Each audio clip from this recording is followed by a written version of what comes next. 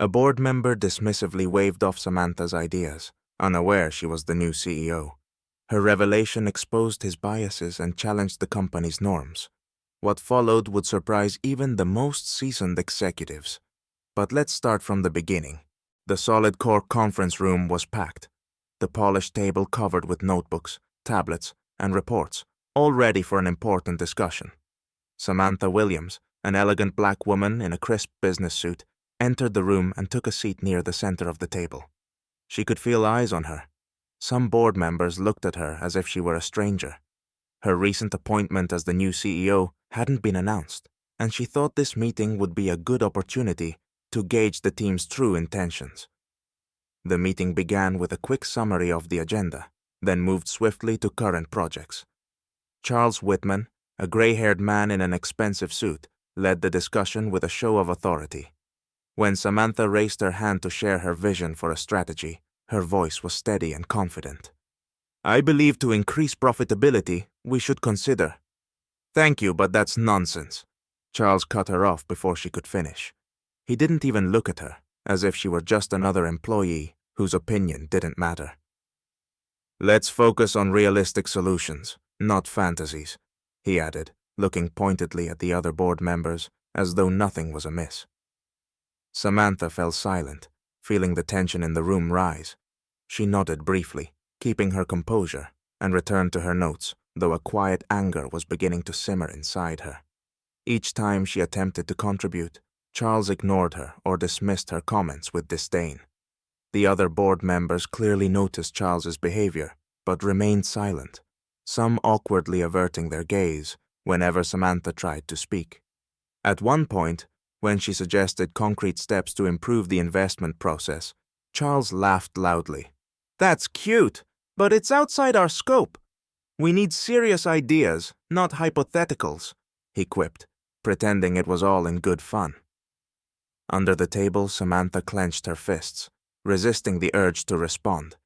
She could have revealed her actual position immediately, but she decided to wait, curious to see just how far Charles would go. A few days later, Samantha decided to try again, this time with a detailed report outlining the competitive advantages their rivals could achieve by following her proposed strategy. With numbers and facts, she hoped to convince even someone as obstinate as Charles. At the morning meeting, when the discussion turned to financial investments, Samantha presented her proposal. She outlined the potential benefits, noting how the program could boost the company's performance within the year. But just as she finished speaking, Charles interrupted again. "There's nothing new or concrete here. We can't rely on figures that only look promising on paper," he said with a sneer, making it clear he had no respect for her opinion. Samantha felt the tension grow, but continued calmly, explaining how her idea would not only benefit the company financially, but also enhance its reputation. Charles, however, dismissed her once more, clearly showing he had no intention of taking her words seriously. Later that day, as he passed by her department, Charles sneered to colleagues. "I wonder how long this rising star will last," casting a pointed look her way. Some employees laughed, but others seemed visibly uncomfortable. Samantha kept her composure, though her frustration grew. She realized Charles's prejudice wasn't just a personal bias, but a deeply ingrained attitude that was already poisoning the company's culture. Seeking support, she decided to hold an open meeting and invited Charles. At the gathering, Samantha presented data and reports on the impact of inclusion programs on company performance, citing competitors who had increased profitability. But Charles took the chance to make another sarcastic remark. "All these innovations are just pretty words, devoid of real value. We're not a charity here." Her patience was wearing thin, but she continued speaking calmly, clarifying that her proposals were proven approaches that had succeeded in other companies. Yet Charles, laughing, addressed the others. "Well, it seems someone here is too caught up in theories to understand how our business actually works." After the meeting, a younger employee approached Samantha quietly, thanking her for her presentation, admitting that these changes were genuinely important to them. Samantha understood that although Charles and his closest allies opposed her ideas, there were people in the company who truly valued her vision. The next day, she ran into Charles in the hallway. This time, he smirked and said directly to her, "Let's be honest, your place is in customer service, not in the boardroom. You won't last here for long." Samantha clenched her fists, but maintained a calm expression. She knew the situation would change soon, and that this arrogant man would regret his behavior once he learned who she really was. The next day, Samantha arranged an unscheduled board meeting. Her official announcement as CEO was due in a week, but she felt it couldn't wait. Charles had gone too far with his condescension. Her presence at this meeting would be more than a formality. It would be a statement capable of shifting the company's culture. The meeting was set for the morning. The board members, still unaware of her new position, took their seats, including Charles, who sprawled confidently in his chair. When Samantha entered and sat at the head of the table, most employees exchanged surprised looks. Charles, seeing her in that seat, rolled his eyes with a smirk, pretending not to be surprised. "Well, it looks like someone's decided to play boss for the day," he said sarcastically. Without answering, Samantha offered a slight smile, and glancing around the room, calmly announced, "I understand you're all waiting for news about upcoming changes in the company," she began confidently. "Let me clarify. As of today, I am officially stepping into the role of CEO of Solid Corp." The room fell silent. Shock was visible on the board members' faces. Charles looked as if he couldn't believe his ears. He froze, then, unable to hold back, jumped up and exclaimed, "This is a joke, right? What kind of farce is this? Who approved this?" Samantha looked at him steadily and firmly replied, "This decision was made by the board based on my achievements and experience," her voice calm but unyielding. "My goal is not only to increase profitability, but also to modernize the company, fostering support for all employees." Some board members began to applaud in support while Charles stood there, stunned and furious, his face paling. He tried to gather his thoughts and then, lowering his voice, said, "And you really think you can run this company with your naive ideas?" "Let's set priorities, Charles," Samantha replied, her voice now icy and determined. "My goal is to make this company stronger and more inclusive. You may not like it, but it's a path that will lead to our success and enhance our reputation."